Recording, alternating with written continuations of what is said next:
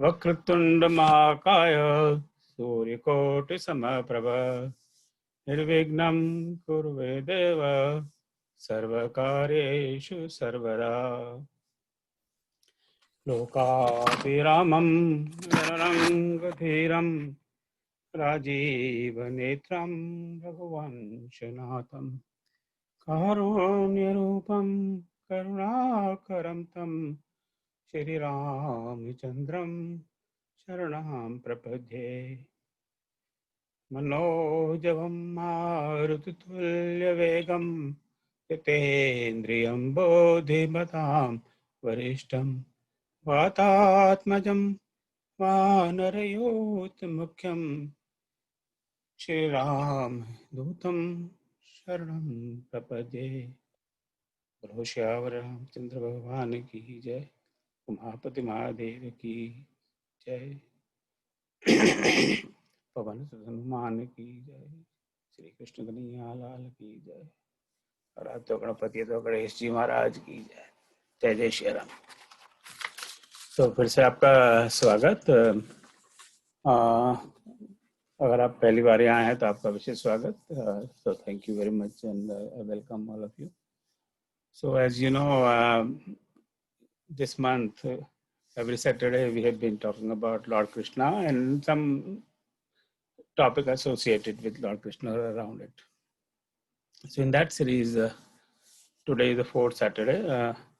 So today we will have session on Gita in Manas.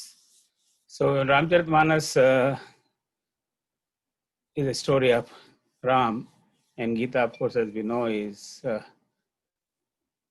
discourse by Lord Krishna to Arjun and by Arjun actually to all of us. So whatever Lord Krishna has said in Gita, we find similar things at many places in Ramcharitmanas, where Lord Ram is talking to maybe his brothers, Pitaji, Guha, Vibhishan and others. Same kind of messages come. So this is that session, and there are books available. Like I have one. This I can just show to you. Not trying to sell it. It's called Manas Ki Gita hai. So it mentions several such descriptions. So हमने सोचा कि भाई एक दिन हम इस पर बात करेंगे. Our focus is really Ramcharitmanas. So today we have four distinguished speakers who will be speaking on this topic, on various components of this topic. So now let me see, we'll just get started with this. So we have four distinguished speakers, Shri Rakesh Chaubey ji, Shri Rajneesh Khare ji, Shri Ram Malik ji, and Srimati Veenu Agrawal ji. So they all will speak for 10 plus 2, maybe 12 minutes max.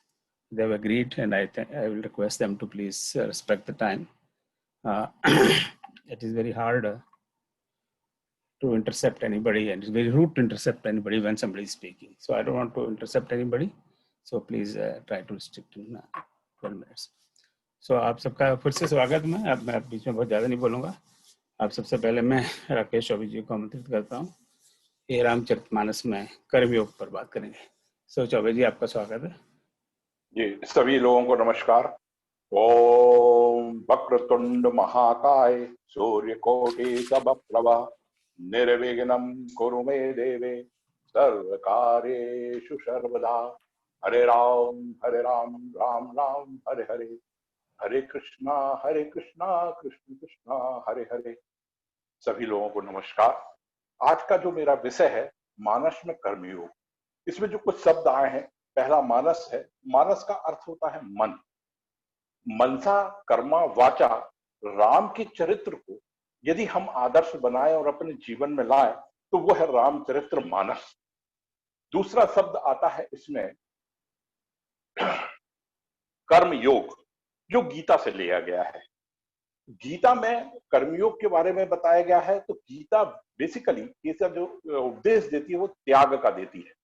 तो राम का जीवन पूरा का पूरा त्यागमय ही रहा, अनुकरणीय रहा. अब बात आती है कि कर्म की. तो कर्म जो है वो संस्कृत की क्र धातु से बना है. क्र यानी करना.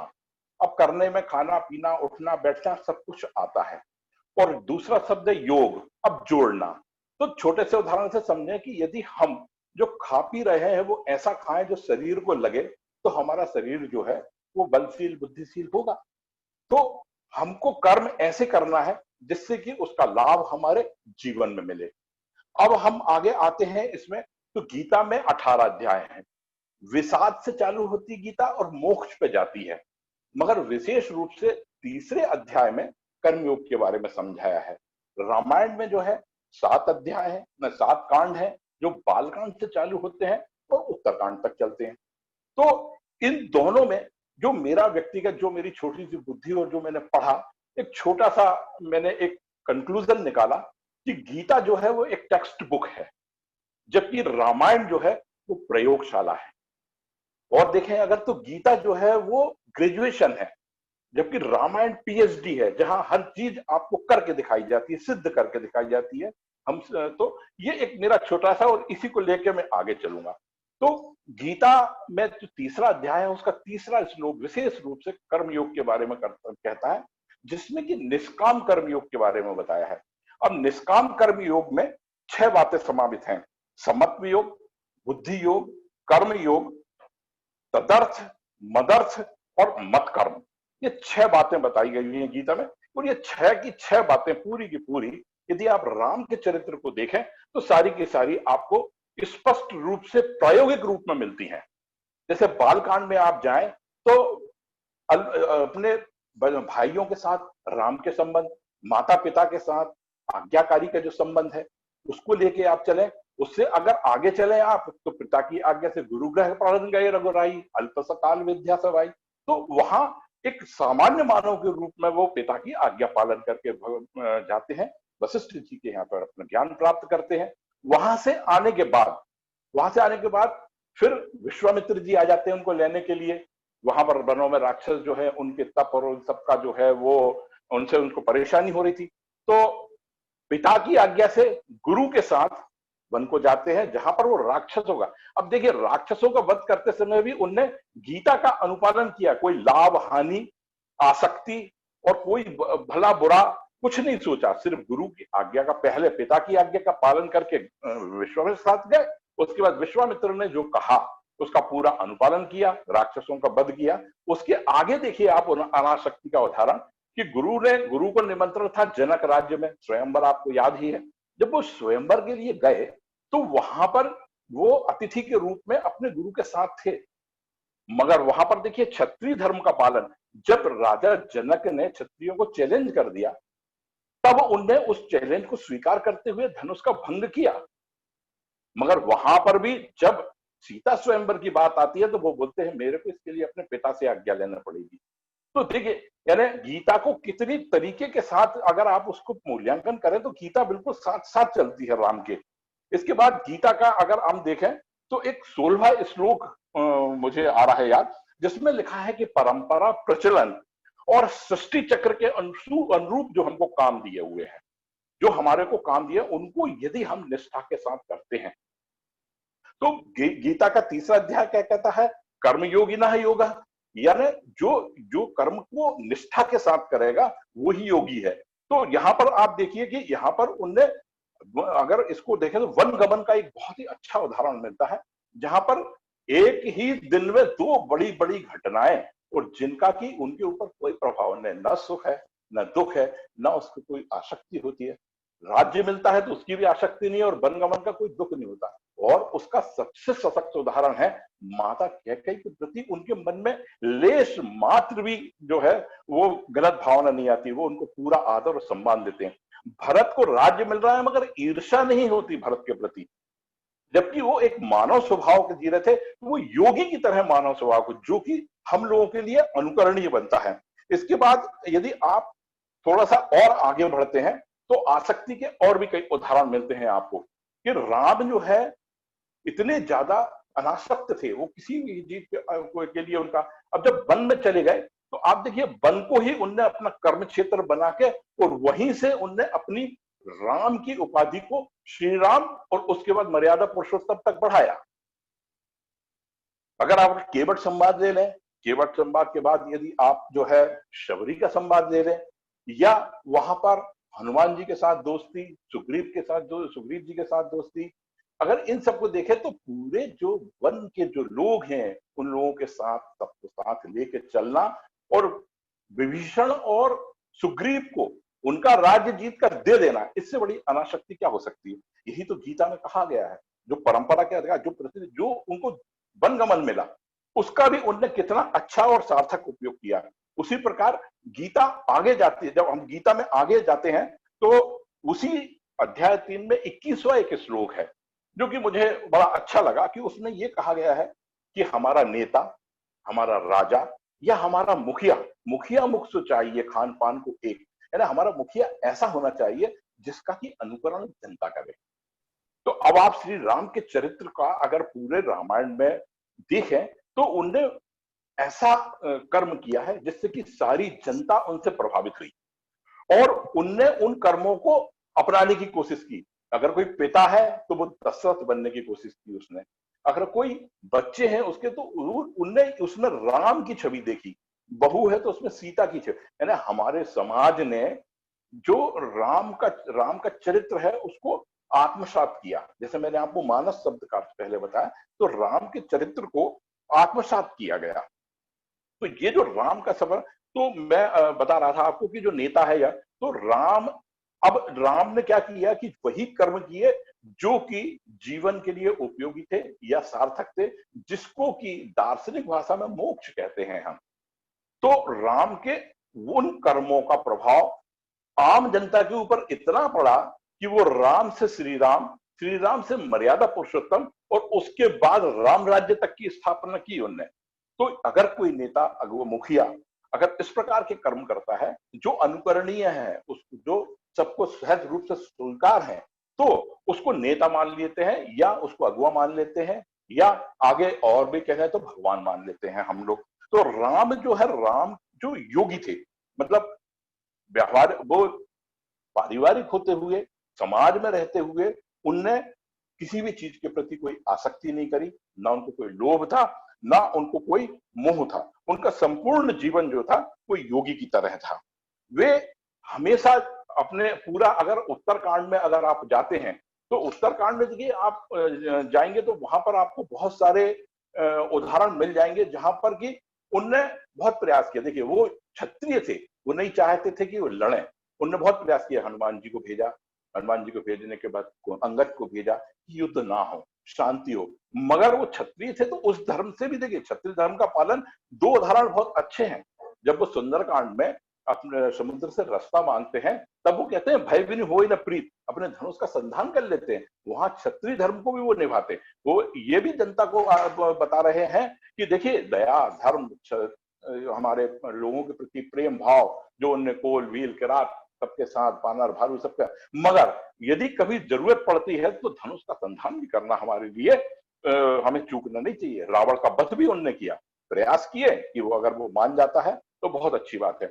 अतः इस पूरे रामचरितमानस में सारा कर्मयोग है। जैसा मैंने आपको पहले मेरे बताया, ये मेरे विचार है कि कृष्ण ने जो उपदेश गीता में दिए हैं 18 अध्यायों में, अगर हम पूरे उनको क्रमबद्ध अगर देखना चाहें तो राम ने उनका प्रायोगिक रूप हमको दिया है। उसके कई उदाहरण हम राम में दे सकते हैं। अतः मैं ये सब इतना सब कुछ कहने के बाद अपना वाणी को विराम सिर्फ एक बात से कहूंगा कि अगर कोई आदमी अपने जीवन में विषम परिस्थितियों में को भी अनुकूल बना के, बिना लाभ हानि, बिना आसक्ति के अगर जीवन जीता है, तो वही आदमी जो है वो आगे जाके श्री की उपाधि प्राप्त कर सकता है और अपने राज्य को अपने अनुसार बना सकता है।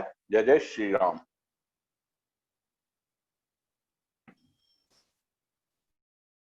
बहुत बहुत धन्यवाद चौबे जी। आपने बड़े संक्षेप में इतने बड़े विषय का वर्णन कर दिया। मैं क्षमा चाहता हूँ कि जितना समय आपको मिलना चाहिए उसका एक छोटा सा अंश भी नहीं मिला। नहीं, विस्तार तो है सर, मगर मैंने कोशिश की है कि आप नहीं, जैसा बहुत कहते हैं धन्यवाद आपने कि समय राम का के चरित्र, मैंने पूरा प्रयास किया है कि उसको दो तीन बातों को लेकर चला हूं मैं। नहीं, बहुत धन्यवाद। बहुत आपने कहा घर में सारे धन्यवाद बिल्कुल डाल दिया। जी, धन्यवाद। Thank you so much.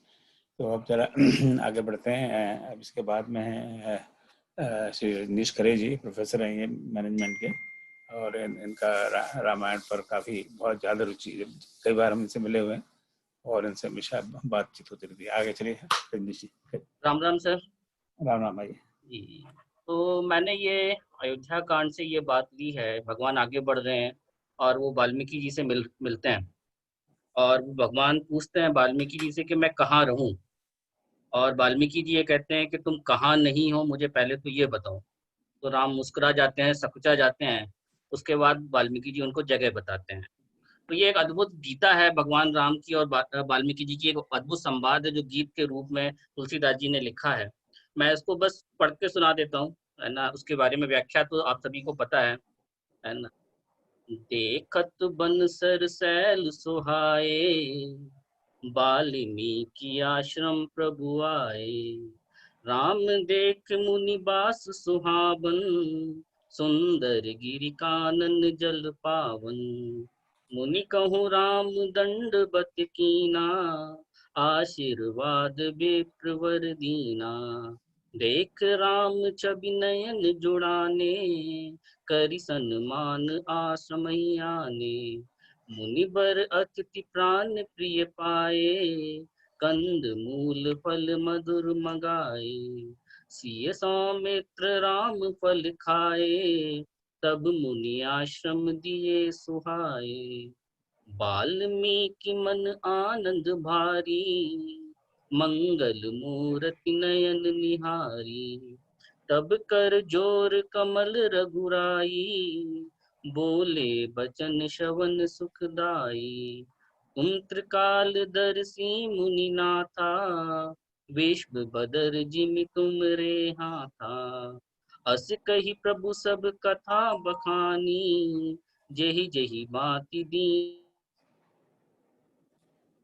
बनुरानी। देख पाए मुनि राय तुम्हारे, भय सुकृत सब सुफल हमारे। अब जहाँ राउर आयुष होई, मुनि उद्वेग न पावे कोई। अब भगवान जो है वो वाल्मीकि जी से पूछ रहे हैं कि मैं कहाँ जाके रहूं, ऐसी जगह बताइए जिससे मेरे रहने से किसी को कोई परेशानी ना हो। अस जिय जानि कहीं सोई ठाऊं, सिय सौमित्र सहित जहाँ जाऊं। तहाँ रुचि रुचिर परन त्रनशाला, वास करो कछु काल कृपाला। अब भगवान की इतनी जो सहज और सरल वाणी है उसको सुनकर वाल्मीकि जी बोलते हैं कि सहज सरल सुनि रघुबर वाणी, साधु साधु बोले मुनि ज्ञानी। कस न कहु अस रघुकुल केतु, तुम पालक संतत श्रुति से तू। जग पेखन तुम देख निहारे, विधि हरि शंभु न चावन हारे। ते न जानहि मरम तुम्हारा, और तुम ही को जान निहारा। सोहि जानई जेहु देहु जनाई, जानत तुम ही होई जाई। तुमरी कृपा तुम ही रघुनंदन, जानियु भगत भगत उर चंदन। चिदानंद मैं देह तुम्हारी, विगत विकार जान अधिकारी। नर तन धरयु संत सुर काजा, कहु करहु जस प्राकृत राजा। राम देख सुनि चरित तुम्हारे, जड़ मोहि बुध होई सुखारे। तुम जो कहो करहु सब साचा, जस काछिय तस चाहिए नाचा। अब वाल्मीकि जी पूछते हैं कि पूछा हूँ मोहि की रहूं कहाँ, मैं पूछत सक जाऊं। जहाँ न हो तहाँ देहूं, कहीं तो मही दिखाबो ठाऊं। अब भगवान से पूछा जा रहा है कि भाई आप ये मुझे बता दीजिए कि आप कहाँ नहीं हो। सुनि मुनि बचन प्रेम रस साने, सकचि राम मन महु मुस्काने। वाल्मीकि हंसी कही बहोरी, बानी मधुर अमिय रस बोरी। सुनहु राम अब कहूँ निकेता, जहाँ बसहु सिय लखन समेता। अब ये बहुत महत्वपूर्ण है, उन्होंने जो जगह बताई है कि भगवान इनके पास रहते हैं और कैसे हमको बनना चाहिए ताकि वो हमारे हमारे पास निवास कर सके। तो जिनके श्रवण समुद्र समाना, कथा तुम्हारी सुभग सरिनाना। भरहि निरंतर हो इन पूरे, तिनके ही ये तुम कहूँ गुरु रे। लोचन चातक जिन करी राखे, रही दरस जलधर अभिलाषे। तुम ही निवेदित भोजन करहि, प्रभु प्रसाद पट भूषण धरहि। कर नित्य करहि राम पद पूजा, राम भरोस हृदय नहीं दूजा। जिनका भगवान राम में ही विश्वास है और इसके अलावा वो और किसी पर भरोसा नहीं जताते, हर चीज के लिए उनको याद करते हैं। चरण राम तीरथ चली जाही, राम बसहु तिनके मन माही। मंत्र राजु नित जपहि तुम्हारा, पूजहि तुम ही सहित परिवारा। तुम ते अधिक गुरहि जिय जानी, सकल भाई से वही सन्मानी। जो भगवान से भी ज्यादा गुरु का सम्मान करते हैं, भगवान उन लोगों के पास रहते हैं, उनके घर में रहते हैं। ऐसा वाल्मीकि जी ने कहा कि आप उनके घरों में, उनके मनों में रहिए। सब कर मांगई एक फल, राम चरण रति हो, तिनके मन मंदिर बसऊं, सिय रघुनंदन दो। अब ये बहुत ही महत्वपूर्ण बात वाल्मीकि जी कह रहे हैं कि जिनके पास ये चीजें ना हो, आप कृपया उनके घरों में निवास करें, उनके मन मंदिर में निवास करें। कि काम को मद मान न मोहा, लोभ न क्षोभ न राग न द्रोह, तिनके कपट दंभ नहीं माया, तिनके हृदय बसहु रघुराया। सबके प्रिय सबके हितकारी, दुख सुख सरिस प्रशंसा गारी। कहीं सत्य प्रिय बचन विचारी, जागत सोबत शरण तुम्हारी। तुम ही छाड़ी गति दूसर नाही, राम बसहु तिनके मन माही। जननि सम जानहि पर नारी, धन पराब बिसते बिस भारी। जे हर सही पर संपत्ति देखी, दुखित होहि पर विपत्ति विशेषी। जिन्हि राम तुम प्राण प्यारे, तिनके मन शुभ सदन तुम्हारे। स्वामी सखा पितु मातु गुर, जिनके सब तुम तात, मन मंदिर तिनके बसहु, सिए सहित दो भ्रात। अब गुण तजी सबके गुण गहि, विप्र देनु हित संकट सही। नीति निपुण जिन कई जग लीका, घर तुम्हार तिन कर मनु नीका। गुण तुम्हार समझई निज दोषा, जही सब भांत तुम्हार भरोसा। राम भगत प्रिय लागहि जेहि, तेहि उर बसहु सहित बैदेही। जात पाति धनु धर्म बढ़ाई, प्रिय परिवार सदन सुखदाई। सब तजी तुमई रही उर लाई, तेहि के हृदय रहु रघुराई। स्वर्ग नर्ग अपवर्ग समाना, जहाँ तहाँ देख धरे धनुबाना। कर्म बचन मन राउर चेरा, राम करहु तिहि के उर डेरा। और ये बहुत ही अच्छा दोहा वाल्मीकि जी ने, अच्छी संवाद भगवान से कहा। उन्होंने कहा, जाही न चाहिए कबहु कछु, तुम सन सहेज सने। बसहु निरंतर तासु मन, सो राउर निज गे। यही विधि मुनिबर भवन दिखाए, बचन सप्रेम राम बन भाए। कहे मुनि सुनहु भानुकुल नायक, आश्रम कहूँ समय सुखदायक। चित्रकूट गिरि करहु निवासु, तहाँ तुम्हार सब भांति सुपासु। सैल सुहावन कानन चारु, करि के हरि मृग बिहर बिहार। तो ये सारा संवाद भगवान राम और वाल्मीकि जी के बीच हुआ, और ये अद्भुत संवाद रहा, जहाँ पर वाल्मीकि जी ने भगवान को ये जगह दिखाई कि ऐसे लोगों के आप मन मंदिर में बसे, जिनके मन में काम ना हो, किसी के प्रति घृणा ना हो, किसी के प्रति हिंसा ना हो, जो दूसरों को परेशान ना करे, जो दूसरों की संपत्ति को देखकर उस पर कोई विषाद ना करे, दूसरे की नारी को देखकर उसको अपनी माँ के समान समझे। तो ये सारे बातें उन्होंने कही, और जो हम लोग भी अगर इसी तरह का अपना, और ये गीता में भी भगवान कृष्ण ने कहा है कि मैं ऐसी जगह पे रहता हूँ। उन्होंने जो अ, देवीय संपदा और असुरी संपदा का जो वर्णन किया है, कि देवीय संपदा के लोग किस तरह के रहेंगे और आसुरिक संपदा के लोग किस तरह रहेंगे। और देवीय संपदा में भगवान उनके साथ ही हैं, और आसुरी संपदाओं का नाश करने के लिए। तो वाल्मीकि जी यहाँ पे वही बात कह रहे हैं। तुलसीदास जी ने वाल्मीकि जी के माध्यम से वही बात हम लोग को यहाँ पर समझाने की कोशिश की है कि अगर हम चाहते हैं कि भगवान हमारे साथ रहें, और भगवान हमारा हर क्षण हमारे संपर्क में रहें, तो फिर हमें ऐसा बनना पड़ेगा। ये मैंने अयोध्या कांड से वाल्मीकि जी का और भगवान राम का संवाद इस गीता के रूप में दिया। इतनी बात मुझे रखनी थी। इसकी व्याख्या तो फिर बहुत सारी की जा सकती है, लेकिन समय का अभाव है। जैसा मुझे कहा गया था कि मुझे ये सब 10 मिनट के अंदर खत्म कर देना है, तो मैंने इतने ही करके अब मैं अपनी बात समाप्त करता हूँ। बाकी जैसे ओम सर की इच्छा। बहुत बहुत धन्यवाद रजनीश जी, आपने राम वाल्मीकि का संवाद जो इतना महत्वपूर्ण है पार्ट है उस अयोध्या कांड में बड़े संक्षेप में बता दिया कि भगवान कहाँ रहते हैं। पता लग गया कि भगवान कहाँ रहते हैं, तो वो हमें रखना है अपने पास। तो फिर पता ही है कि उनको रहने के लिए कचरा बाहर निकालो अंदर से, तो जरा जगह हो तो वो आए। चलो, thank you so much Rajneesh ji for talking about very important topic. तो अब आगे बढ़ते हैं। I think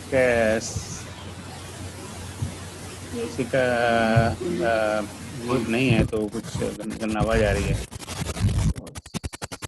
So everybody, please check your system. You should mute it. बस थैंक यू। तो ये इसमें थोड़ा सा ये जूम वूम में ये थोड़े मर्यादा है कि एक बार में एक ही को बोलने देता है, दो बोलते हैं तो ये बढ़ा देते हैं। हाँ, फिर आ रही है।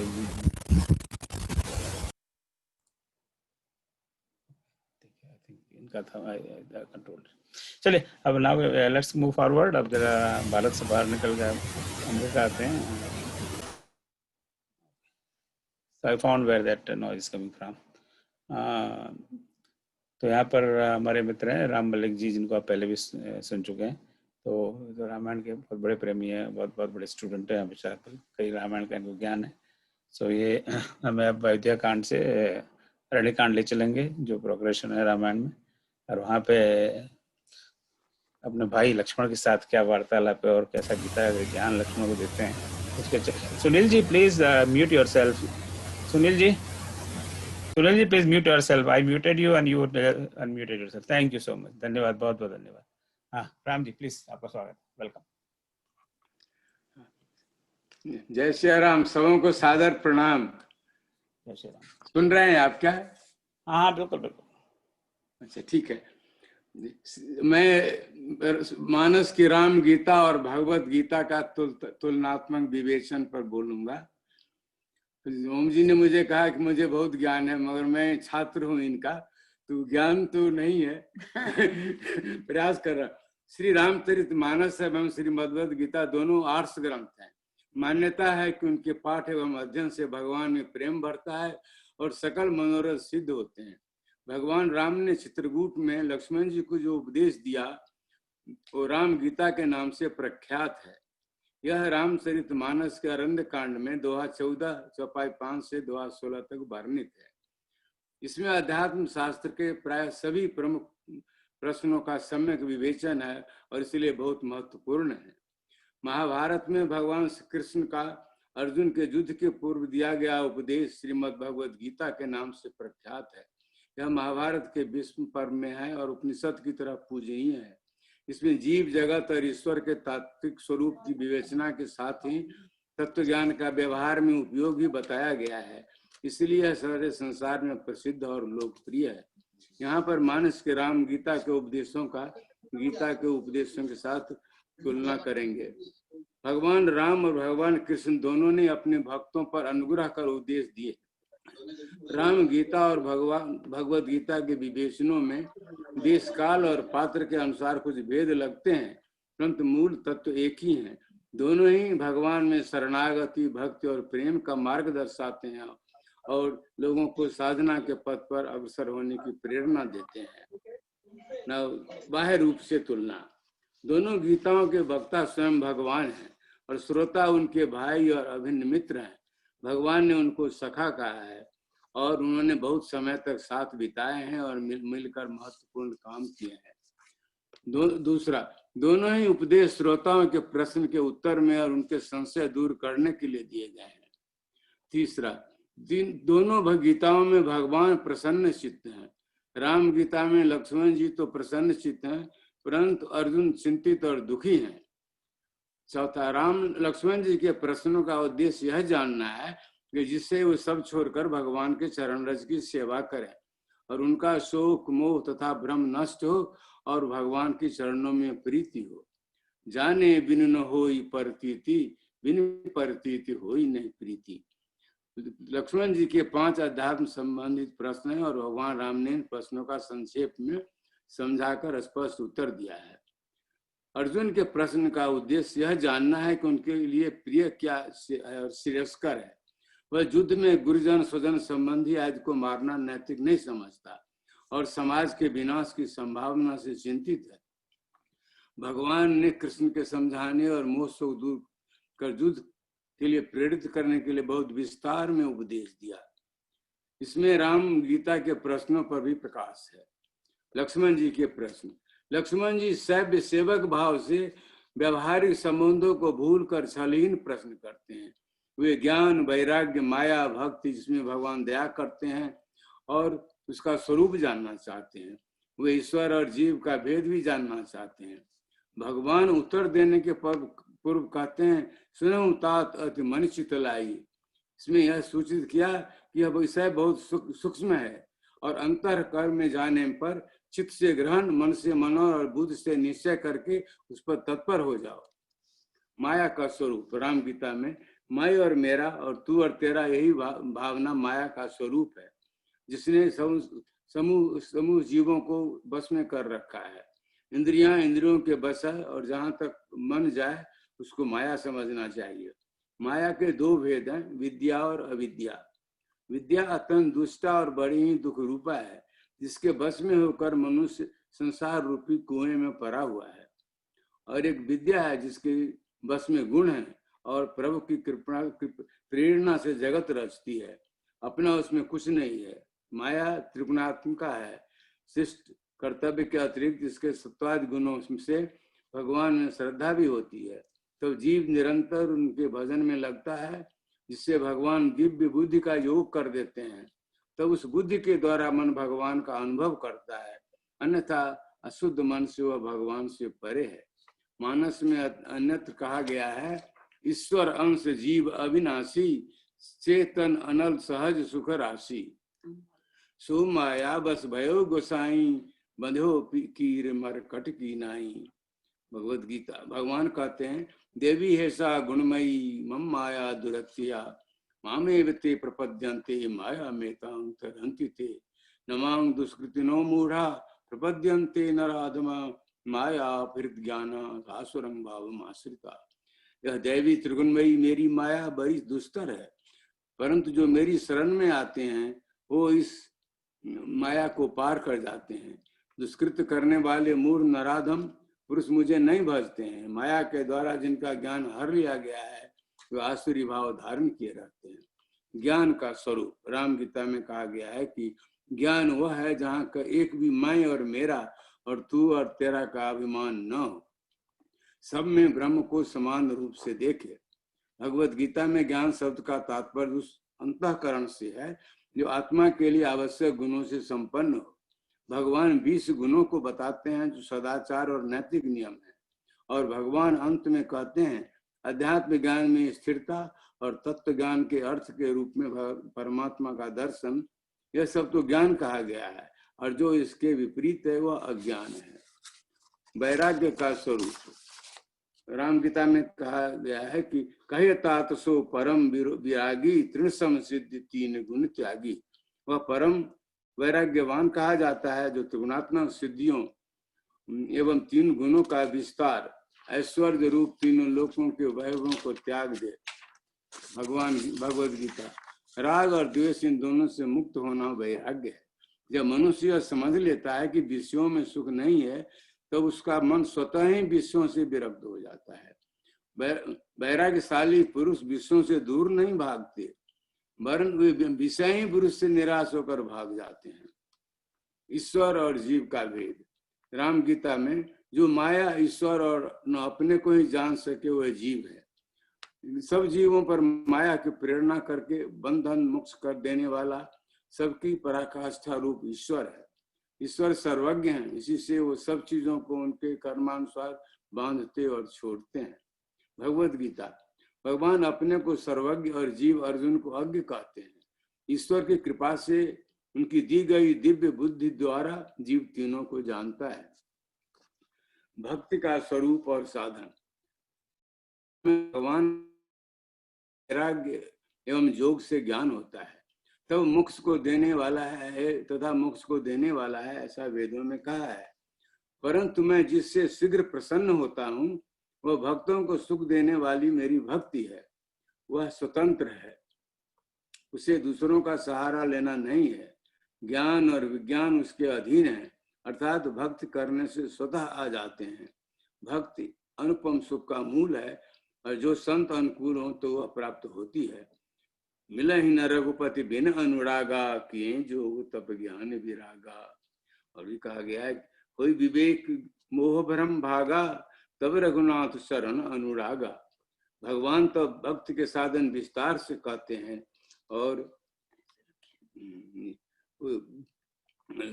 इसका सुगम मार्ग है जिससे मनुष्य मुझे पाते हैं। 9 साधन, 9 स्टेप बताते हैं। ब्राह्मणों के चरणों में अत्यंत प्रीति हो, अपने अपने कर्म में वेद की रीत से प्रीति पूर्वक लगा रहे, फिर इसके फलस्वरूप विषयों से वैराग्य हो तथा धर्म में अनुराग उत्पन्न हो,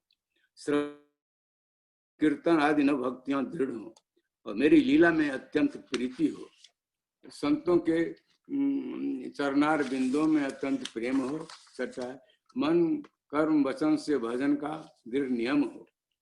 गुरु पिता माता भाई स्वामी देवता इन सब में मुझको ही जानकर मेरी सेवा में दृढ़ हो। और 8वां जो सबसे प्रसिद्ध है कि मेरे गुण गाते हुए शरीर पुलकित हो जाए, वाणी गदगद हो जाए और आंखों से आंसू बहने लगे, ऐसा भाव होना चाहिए। काम आदि जिसके हृदय में न हो, सदा मैं उनके मन में रहता हूँ। जिनका मन कर्म वचन से मेरी गति आश्रय है, जो निष्काम होकर मेरा भजन करते हैं, मैं उनके हृदय कमल में निरंतर वास करता हूँ। भगवद गीता में कहा गया है कि जिस परमात्मा के अंतर्गत समस्त भूत हैं और जिससे यह संपूर्ण जगत व्याप्त है, वह परम पुरुष अनन्य भक्ति से ही प्राप्त करने योग्य है। सतत मेरा कीर्तन करते हुए प्रयत्न दृढ़शील व्रती पुरुष मुझे नमस्कार करते हुए नित्य युक्त होकर भक्ति कर मेरी उपासना करते हैं। भगवान का परम उपदेश राम गीता में कि मम गुण गावत पुलक शरीरा, गद गद गिरा नयन वह नीरा, काम आदि मद दंभ न जाके, तात निरंतर भस्म ताके, वचन कर्म मन मोर गति, भजन करहि निष्काम, तिनके हृदय कमल महू सरों सदा विश्राम। भागवत में भी कहा भगवान ने, नाहम बसामि वैकुंठे योगिनाम हृदय च, मद्भक्ता यत्र गायन्ति तत्र तिष्ठामि नारद। और चैतन्य महाप्रभु भी ऐसे ही कहते हैं कि अपना भाव कैसा हो जाना चाहिए गुणगान करने में, भक्ति में। नैने गलगद अश्रुधारया बदन गदगद गिरा, पुलके निश्चितं बपु कदा तव नाम ग्रहणे भविष्यति। हे भगवान, कब मैं आपकी अपनी आंखों से आंसू बहाएंगे, जब तुम्हारे मधुर नाम का गान करूंगा और वाणी गदगद हो जाएगी, सारा शरीर पुलकित हो जाएगा। भगवद गीता में भगवान कहते हैं, मनमना भव मद भक्तो मध्याजी मां नमस्कुरु, मामे वैश्य सत्यम ते प्रतिजाने प्रियोस्मि, सर्वधर्मान परित्यज्य मामेकं शरणं व्रज, हम त्वां संपापेभ्यो मोक्षयिष्यामि मा शुचः। तुम मच्चित मद भक्त और मेरे पूजक बनो और मुझे नमस्कार करो, इस प्रकार तुम मुझे ही प्राप्त होगे। यह मैं तुम्हें सत्य वचन देता हूँ, क्योंकि तुम मेरे प्रिय हो। सब धर्मों का परित्याग करके तुम एक मेरी ही शरण में आओ, और मैं तुम्हें समस्त पापों से मुक्त कर दूंगा, तुम शोक मत करो। अंत में श्रोताओं के उद्गार राम गीता में लक्ष्मण जी का है, भक्ति जोग सुन अति सुख पावा, लक्ष्मण प्रभु शरण श्री नावा। और भगवद गीता में अर्जुन कहते हैं, नष्टो मोह स्मृति लब्ध्वा तत्प्रसादान अच्युत, करिष्ये वचनम तव। हे अच्युत, आपकी कृपा प्रसाद से मेरा मोह नष्ट हो गया है, मुझे ज्ञान प्राप्त हो गया है, मैं संशय रहित हो गया हूँ और आपके वचन का पालन करूंगा।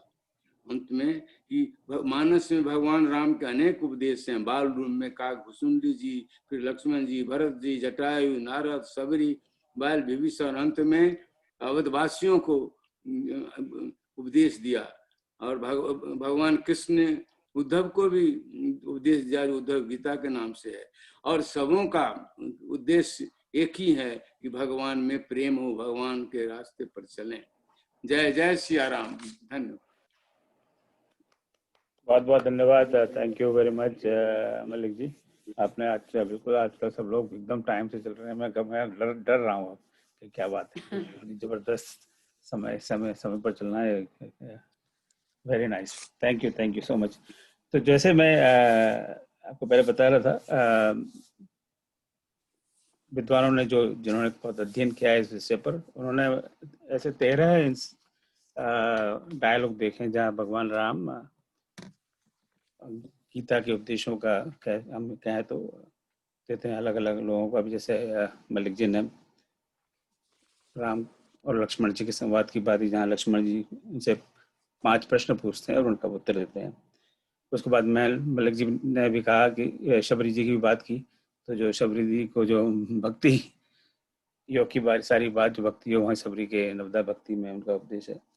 और उसी अरण्य कांड में आगे संतों के लक्ष्मण कह रहा हूँ, नारद जी को भगवान कहते हैं। चूंकि 13 गीताओं का तो कहने का अपने पास समय नहीं है।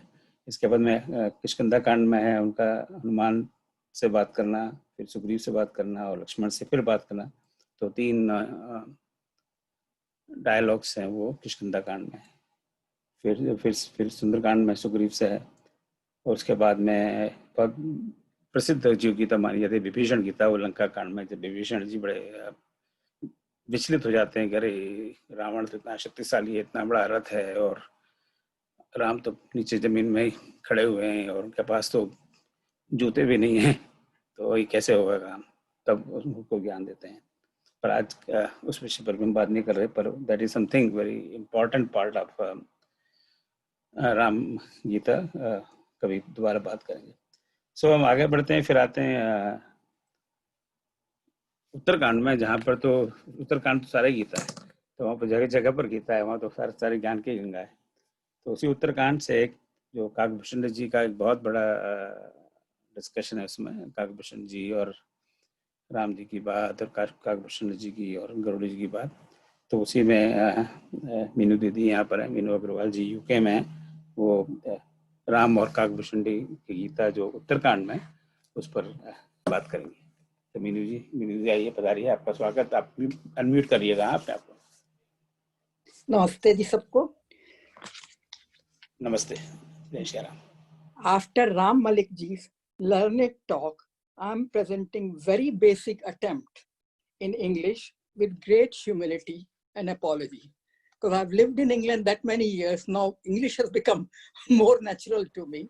So, as Omji said, there are many Gita, you can say discourses or dialogues in Ramcharitmanas.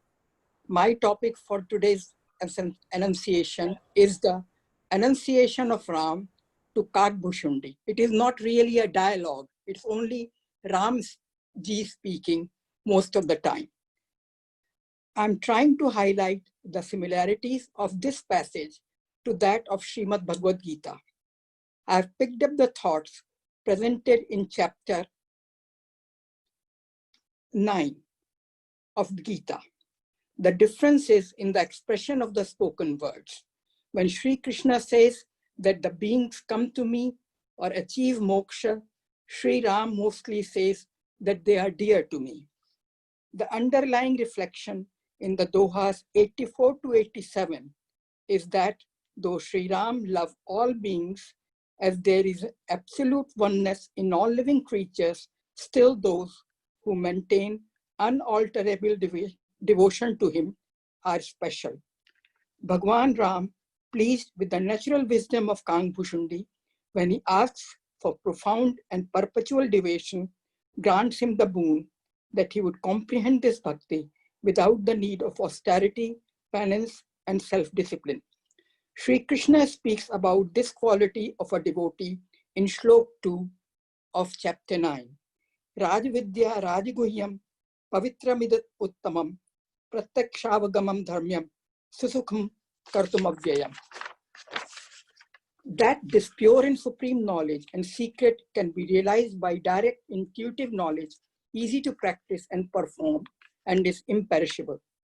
Then, when in Doha 85, Sri Ram says that being uplifted above the restless darkness of the human mind, Maya Sambhav Brahm Sab Abhana Vyapahitohi, above the restless darkness of the human mind and the false limitations of the ego, identifying with my divine nature, knowing me as the infinite and the imperishable source of all beings, Krishna says in Shlok 13, Mahatma Manastu Mam Partha, Daivim Prakriti Mashritaha, Bhajantyannanya Maniso Gyatva, Bhutadi Ma Avyayam. And then Ram says, Mama Maya Sambhav Sab Sansara, and Akhil Biswa Yeh Mor Upaya.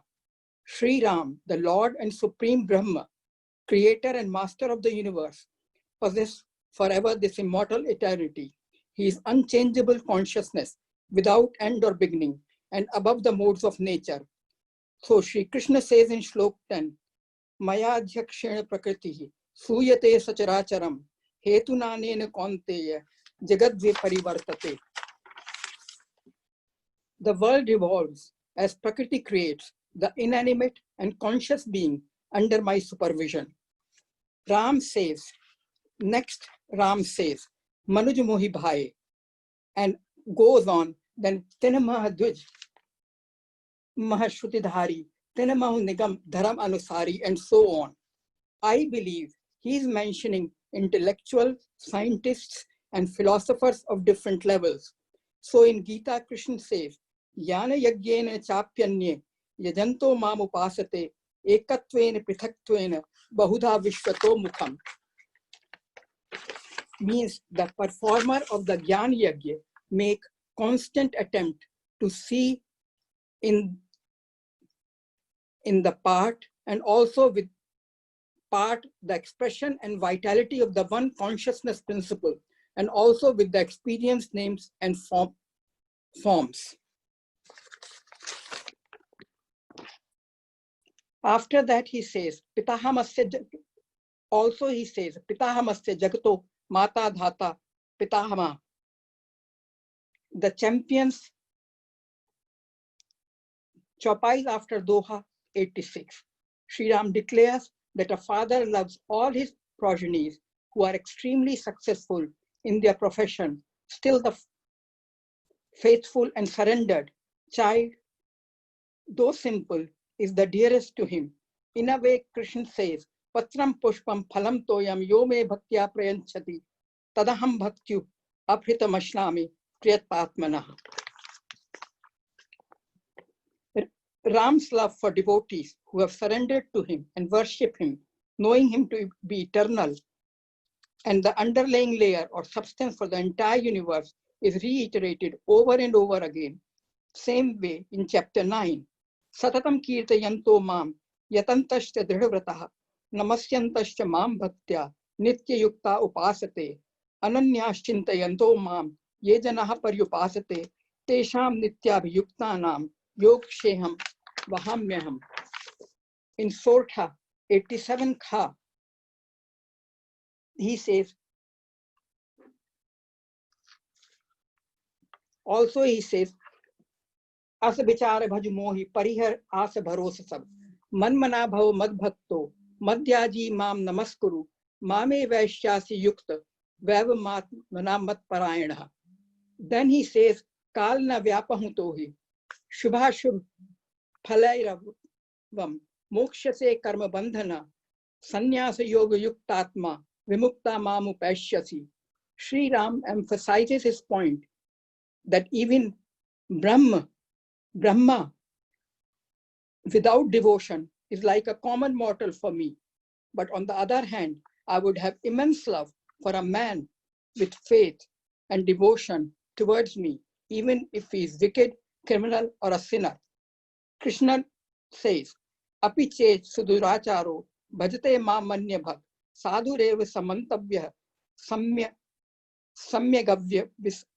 सम्यग् व्यवासितो हि सः. In Doha 87K, he says, Purush Nipamsak Nariva. So Krishna says, Mam hi parth vyapashritya ye api siho papa yonayah striyo vaishyas tatha shudra ste api yanti param gatim. Ram carries on. Sab par mohi barabar daya. Krishna says, Samoham sarva bhuteshu vaishyo asti na me priyah ye bhajanti tumam bhaktya maite teshu chapyaham. Though I am the same in all beings, who worship me with devotion are in me, and I am also in them. Listening to this personal principle and theory of Ram directly addressed to him, Kagbhushundi is ecstatic. He reaches the state of heightened joy with throbbing heart. Quoting this chopai, Absunu Param Bimalmam Bani Satya Sugam.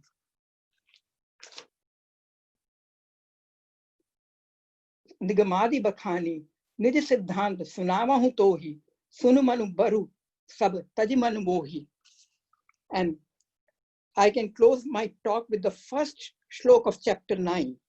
Idam te guhya tamam pravakshya myan suyave jnanam vijnana sahitam yad gyatva mokshase shubhat. And I'm very glad that Omji suggested this passage to me, because I feel that the beauty of this discourse is that though almost in the end, still it is like a pivot of the whole Ramcharitmanas. Manas starts in Balkand with the delusion of Garun and his search for the solution, his visit to the ashram of Kagbhushundi, where in a way Goswami Tulsidas starts the narrative with their discourse. And now in Uttarkand, after Kagbhushundi himself suffers from delusion, Sri Ram in his Balru speaks to him and frees him from it. As such, only then Karun is able to get rid of his negative thought, and in the end, with the final Gita of Kagbhushundi to Garun, Ramcharitmanas comes to its conclusion. Dhanyavad. बहुत बहुत धन्यवाद मीनू जी, इतना गहन विषय है और आपने Ramcharitmanas line by line और उधर गीता लाइन बाय लाइन क्या तुलना किया है, बहुत बहुत अध्ययन किया है और इतनी जल्दी में.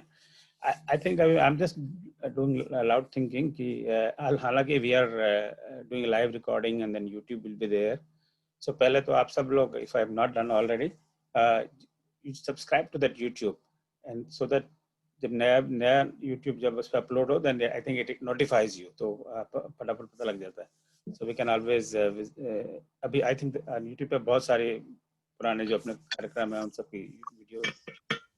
But I'm just right now thinking that in addition to YouTube, we can also request all speakers to write it up as a form of an article or something. And we have two magazines, unfortunately, और जिम्मेलों में वो उनका publication आजकल थोड़ा ढीला चल रहा है. So at least we can upload those articles on our website. So some people prefer to read, some people prefer to listen. So maybe I can request that whatever you said, all of you said, write up in a sort of a very nice, brief, succinct article. And so those who are interested, they can read it again and again and imbibe the knowledge that you are giving to all of us. So right now we have some 50 plus people on on Zoom, and there maybe I'm not sure how many are on YouTube live watching. So those who are not able to attend for whatever reasons and are genuinely interested, they can read the article or go back and see the YouTube, just whatever suits them, just इसकी सुविधा हो. So I mean उसके बारे में मैं आप लोगों को लिखूंगा.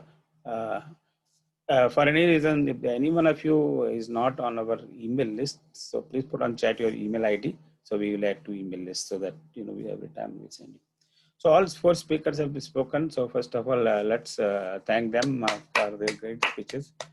Thank you very much. And I think आज का जो time management है, that has been the best so far. So बहुत सुंदर आप लोगों ने इतने संक्षेप में इतना गहन ज्ञान सबको दिया.